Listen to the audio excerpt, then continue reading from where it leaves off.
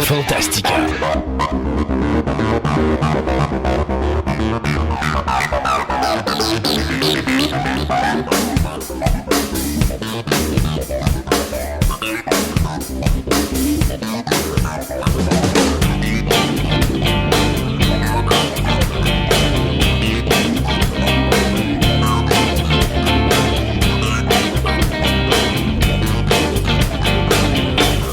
Bienvenue à vous tous à cette version abrégée de l'émission intitulée Fantastica.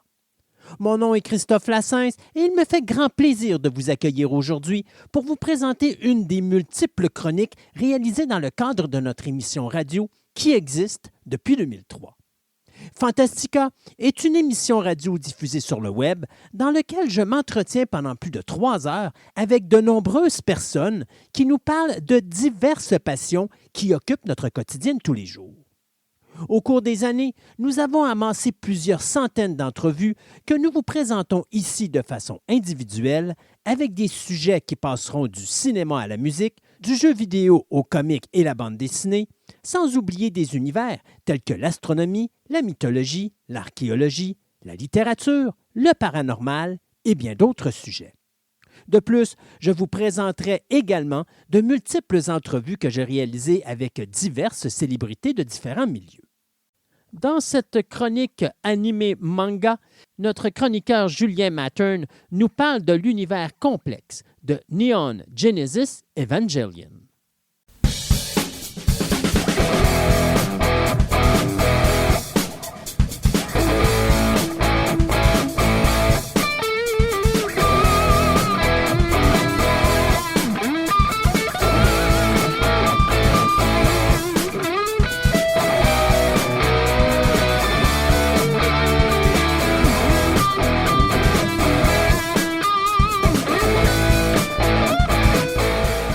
Il était une fois l'histoire d'un manga écrite par un gars dépressif qui rêvait de robots à la Gundam.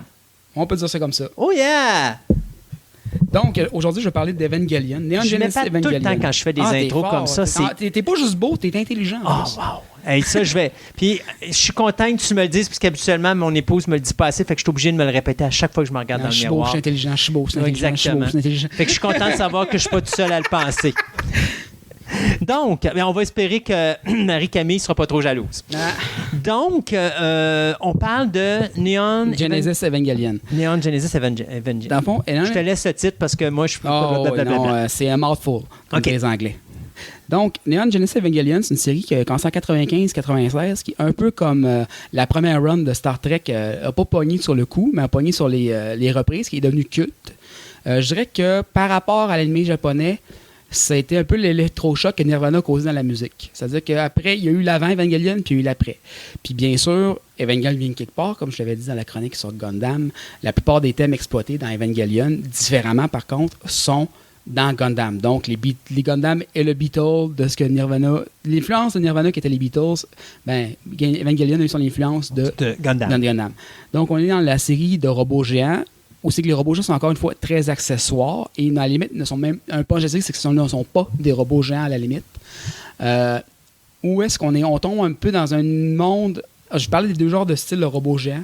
On a les super robots qui sont, comme je dis, Godlike, Goldorak, Mazinger Z et compagnie qui vont toujours avoir une solution à tout puis qui sont centrales à l'histoire. Puis les Real Robots qui sont des accessoires à l'histoire. On est un peu dans cette zone grise-là, mais on voit aussi un anime qui est beaucoup sur la psychologie humaine. Il y a un épisode là qui s'appelle le syndrome de l'hérisson, c'est que les gens veulent pas, se font comme une carapace sur deux pour pas communiquer avec les autres. Puis c'est tout tiré, parce qu'Hideki Anno, quand il écrit Evangelion, c'est suite à une dépression majeure où il était interné, parce que s'il l'internait pas, parce qu'il a fait 2 animés avant ça, qui étaient, dont Wing of Enemies, qui étaient des flops commerciaux. Puis on parle d'un réalisateur qui est quand même assez intense, là, Hideki Anno. Puis qui a reconnu dans son métier, il avait décidé que ça n'a pas marché, fait qu'il a fait une dépression majeure. Puis s'il sortait de l'asile, ben, entre guillemets, l'asile de la maison, ben, probablement qu'il allait se tirer en bas d'un pont. Bon. Fait que c'était pas une bonne idée qu'il sorte de sa maison de repos. C'est ça. Parce que sinon, il aurait cherché le repos éternel. Genre. OK. Fait que, à ce moment-là, il est tombé avec un intérêt dans la psychologie, puis dans tout ce qui est l'humanisme, ça. Fait qu'il a commencé à lire là-dessus. Puis il a voulu écrire un peu une histoire pour exorciser ça, qu'il y a eu beaucoup de drafts de cette histoire-là. La finale étant ce qu'on connaît, qui a même été que l'histoire dit que Evangelion, au départ, n'était pas censé être à 100% ce que c'était. C'est au départ, avec le studio, puis lui, qui est le studio Gainax, qui est de ceux qui travaillent beaucoup dans l'anime expérimental. On a eu dernièrement avec eux autres, dans des off-shots d'eux autres, qu'est-ce qu'ils ont fait? Ils ont fait un truc d'affaires bizarre, mais... Weird. Ils sont dans le weird. OK. Donc, ils voulaient faire un classique genre de robot géant, 25 épisodes, 25 combats de robots. Puis à la moitié de la série, c'est parti ailleurs parce qu'ils commençaient à lire du Freud, ils commençaient à des affaires, puis ils commençaient à faire de l'analyse introspective beaucoup plus. Puis il y a du développement de personnages beaucoup plus fort que les autres séries. C'est pour ça que Neon Genesis Evangelion a été beaucoup influençable sur le reste de l'animation. C'est qu'on est passé de développement de personnages basic à bon gars, méchant gars, à ces gens-là des motivations, des peurs, puis des craintes, puis il faut que tu les exploites pour que ton histoire soit bonne. Fait que c'est pour ça qu'il y a eu un après. Donc, plus psychologique. Très, très psychologique. Les 2 derniers épisodes, d'ailleurs, sont une analyse psychologique freudienne de ce qui se passe dans la tête des personnages pendant la fin du monde. OK. C'est quoi l'histoire globale, là? Si on dirait, mettons, tu as 3 lignes, l'histoire de base. L'histoire de 2015, suite à une catastrophe mondiale qu'on appelle le deuxième impact. Le premier impact à la fin des dinosaures avec l'astéroïde, mais que personne n'a jamais compris comment ça s'est passé. La plupart des êtres humains sont morts. On a créé une espèce d'organisation mondiale pour empêcher ça. Puis il y a seulement certaines personnes qui savent ce qui s'est vraiment passé. Ce qui s'est vraiment passé, c'est que des anges... On appelle les anges parce qu'on ne sait pas d'où c'est qu'ils viennent, qu'est-ce qu'ils sont, d'où c'est qu'ils viennent, puis c'est un peu mystique. Là, il y a beaucoup d'imagerie judéo-chrétienne dans Evangelion et un peu aussi d'imagerie Shinto. Dans le fond, c'est que le premier ange a détruit tout. Quand ils l'ont trouvé, tout a explosé. Puis, à part une certaine élite, personne ne sait c'est là. Donc, ce qui est arrivé, c'est qu'ils ont créé la NERV, qui est l'organisation qui est supposée protéger l'humanité en cas d'autres attaques d'anges. Puis comment ils font? C'est avec des robots géants. Punch que je vais donner, mais que honnêtement, c'est pas trop dur à comprendre. Les robots sont des clones du premier ange. OK. Puis on a une question d'armes aussi. Fait que ces robots-là ont une arme, ont pas d'armes. C'est qui était-il dans le passé? Est-ce qu'ils sont pilotés ou... Ils sont pilotés par des enfants de 14 ans qui ont des capacités spéciales. Pourquoi 14 ans? Parce qu'ils sont nés au deuxième impact. OK. Fait que de quoi qui s'est passé au premier impact qui a créé des gens capables de se synchroniser, pas de piloter, de se synchroniser avec les Evangelion et de combattre les anges. OK. Bon, arrive Shinji, qui est le fils du directeur de la NERV, qui a ces capacités-là. Et donc, sa mère a travaillé sur le projet des Evangelion. Se fait rappeler par son père après des années d'abandon dans une famille qui le traitait plus ou moins bien, qui sont techniquement son oncle et sa tante, un peu à la Harry Potter. C'est Harry or a Wizard, non, c'est Harry or a Mecha Pilot. OK. Il te la ramène parce qu'il a besoin d'un pilote, parce que son pilote c'est magané. Fait qu'il te le ramène, puis en beau-père de famille, tu prends un jour qui dit tu vas piloter un robot, puis tu vas aller te battre dehors. Mais vu que Shinji est un être profondément... Sinon, tu te passes de dessert pour le souper ce soir. Genre, ou je te renvoie chez ton oncle puis t'attends, puis m'en fous de toi, là, à la limite. Là.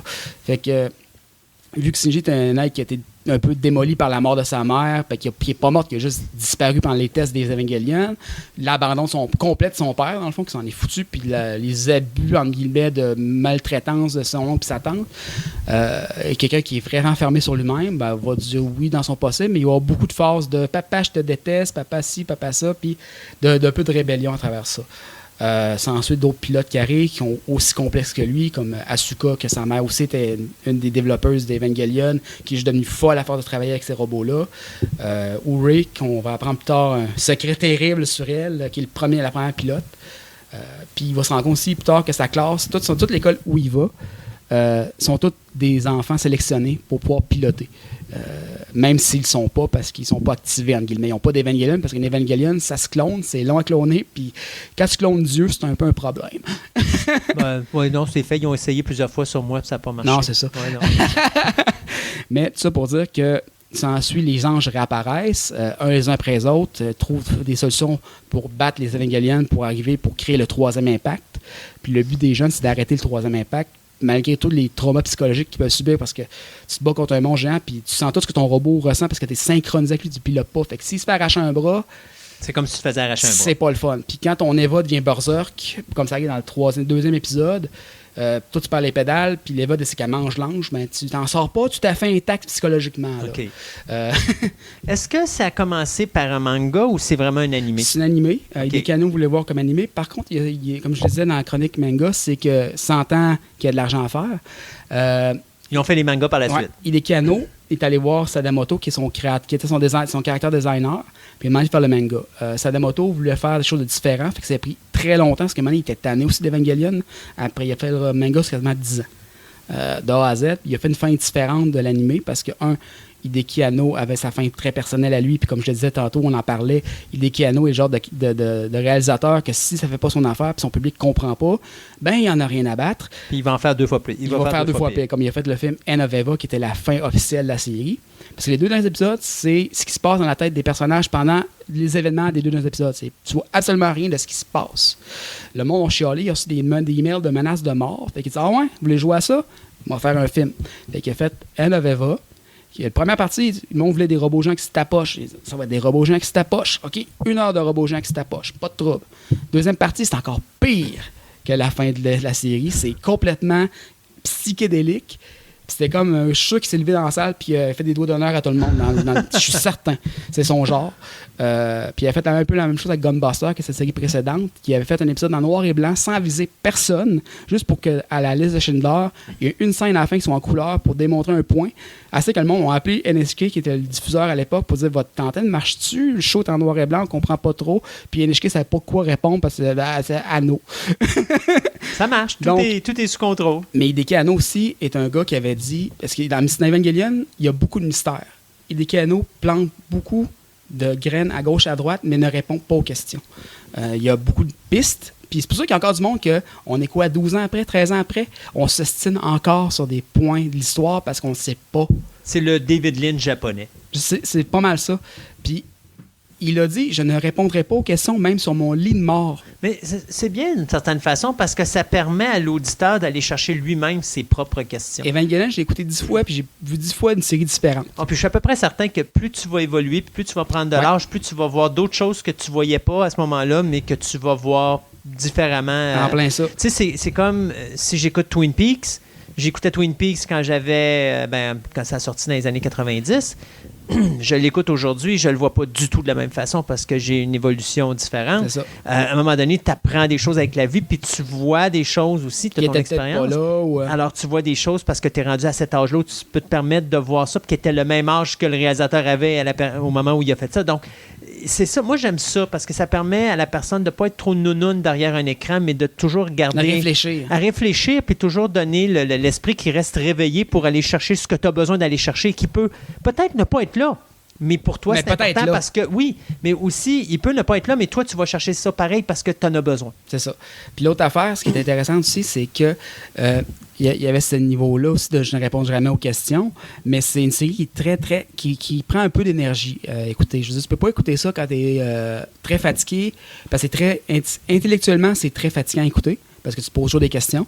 Puis aussi émotionnellement, parce qu'on parle du journal de dépression. Fait que moi, c'est impossible que j'écoute Evangelion sans me taper une mini-dépression d'une journée ou deux après. C'est parce que, tu réfléchis beaucoup. 2, c'est parce que émotionnellement, ça vient te chercher. C'est une série qui est très, très, très lourde, très chargée émotionnellement.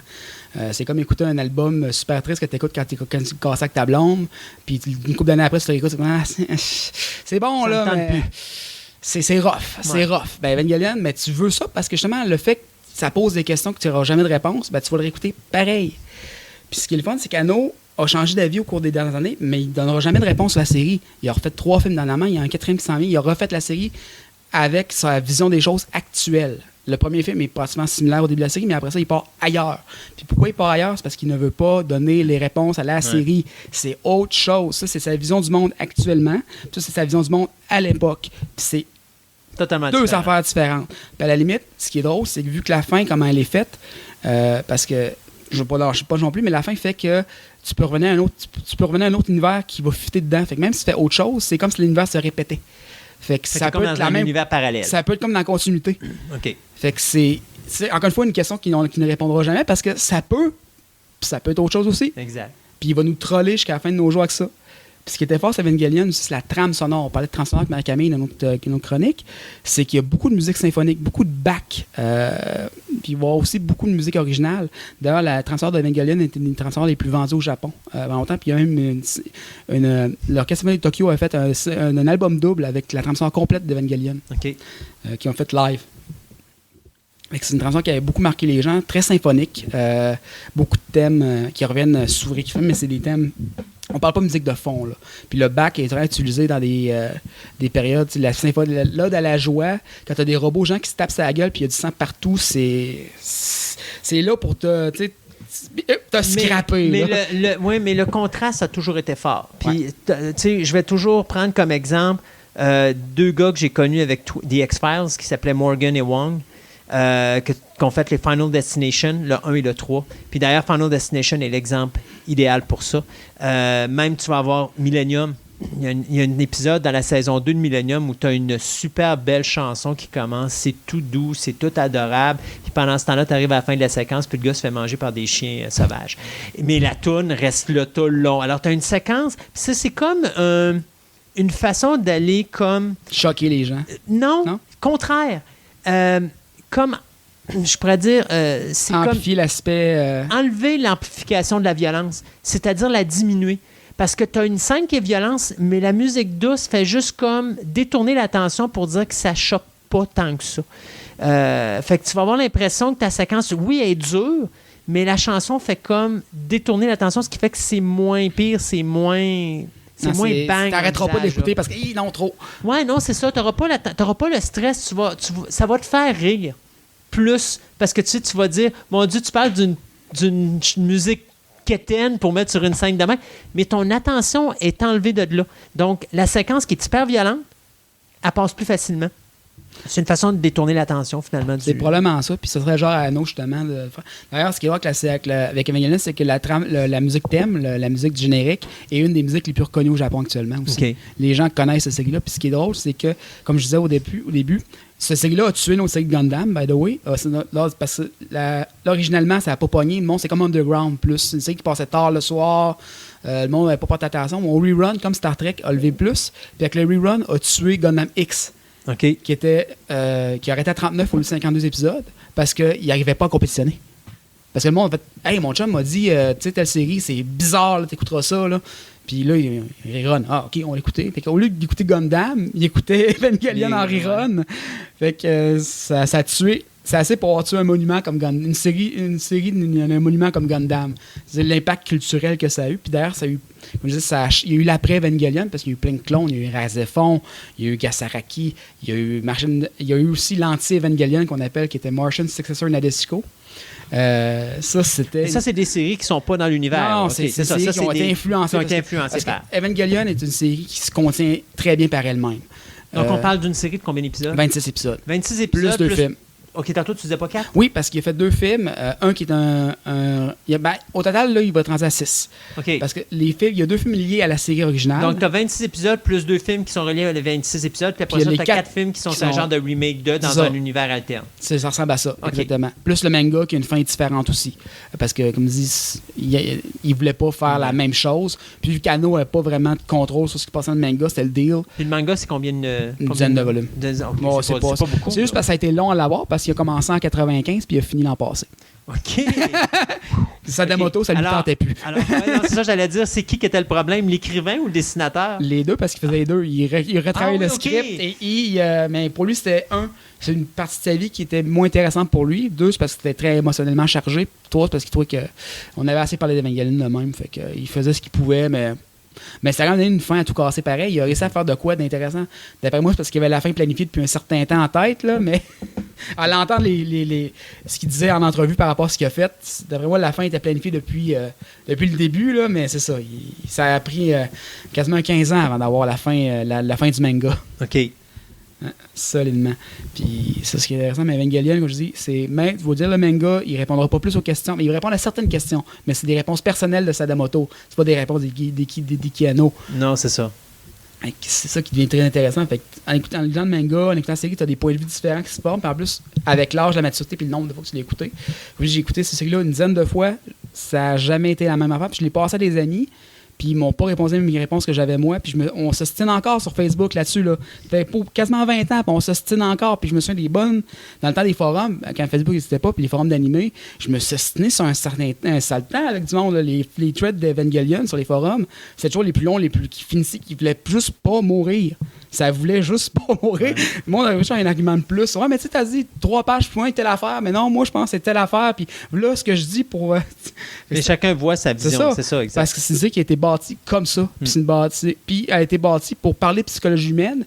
Puis elle a été bâtie pour prendre en considération la psychologie humaine. Parce qu'il y a des Keanu, comme je disais, à la moitié de la série, de séries qui changeaient de cap. Ils passaient des robots gens avec un peu de psychologie à de la psychologie pure. Fait qu'il s'amusait avec son public. Hideki Anno est un des plus grands réalisateurs trolls de tous les temps.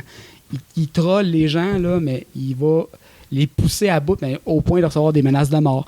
Ça, c'est très populaire au Japon. Oui, culte. Mais je dirais, à écouter ce que tu me dis comme concept, ça devait pas être très populaire aux États-Unis. Quand c'est sorti dans la communauté de fans, ça a été une bombe atomique. On ne parlait que de ça. Par contre... Pour les fans de manga, mais oui, je parle de Monsieur et Madame Tout le monde. Non, c'est un phénomène pop dans la niche que ça a là. On en parle encore aujourd'hui. Il y a encore beaucoup de produits dérivés qui sortent aujourd'hui.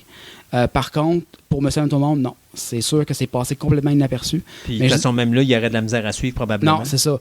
Mais dans la communauté de fans, puis au Japon, ça a été une bombe atomique. OK. Parce qu'on dit qu'il y a eu un avant et un après Evangelion. Fait que là, on s'en va vers où après ça?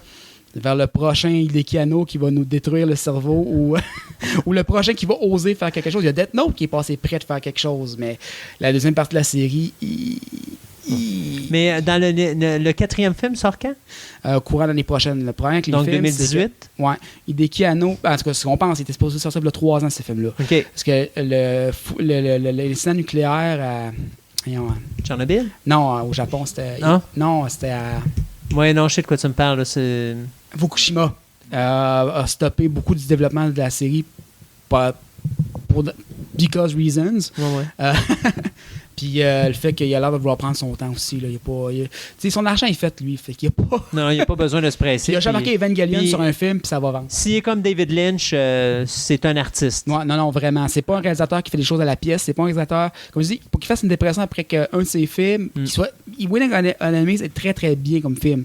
Mais c'est très atmosphérique. C'est quasiment un haïku. Il est très impliqué. C'est ça. Mais je veux dire, le gars est très impliqué en ce qu'il fait. Puis pour qu'il fasse des trucs comme genre faire un film juste pour envoyer chier les fans qui l'ont menacé de mort, il faut que le gars il prenne personnel en quelque part. Ah ben là. Ça c'est sûr. On avait-tu quelque chose d'autre à rajouter sur... Écoutez-le, je veux dire, c'est la seule façon. Préparez-vous mentalement, mais écoutez-le. OK. Ben, merci beaucoup, Julien. Ça fait plaisir. Là, on va parler de robots peut-être sur une autre chronique. On est parti pour ça, là? Bon, on est parti pour faire du robot géant. C'est pas mal mon dada. C'est beau, cher. Alors, on s'arrête quelques instants et on vous revient tout de suite après avec une autre chronique.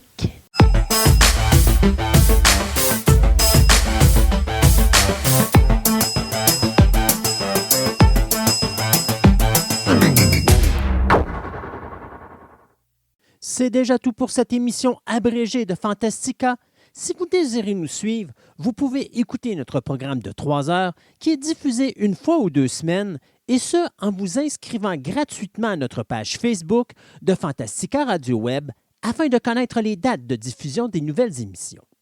De plus, il vous est possible de vous rendre sur notre site web au www.fantasticaradioweb.com, Fantastica avec un K, afin d'obtenir plus d'informations sur cette émission, mais également sur mon podcast Programme Double, dans lequel je vous parle de la création de divers films qui ont marqué l'histoire du cinéma. Je vous remercie de votre écoute et je vous invite à nous rejoindre de nouveau ici même afin d'écouter notre prochaine édition abrégée de Fantastica.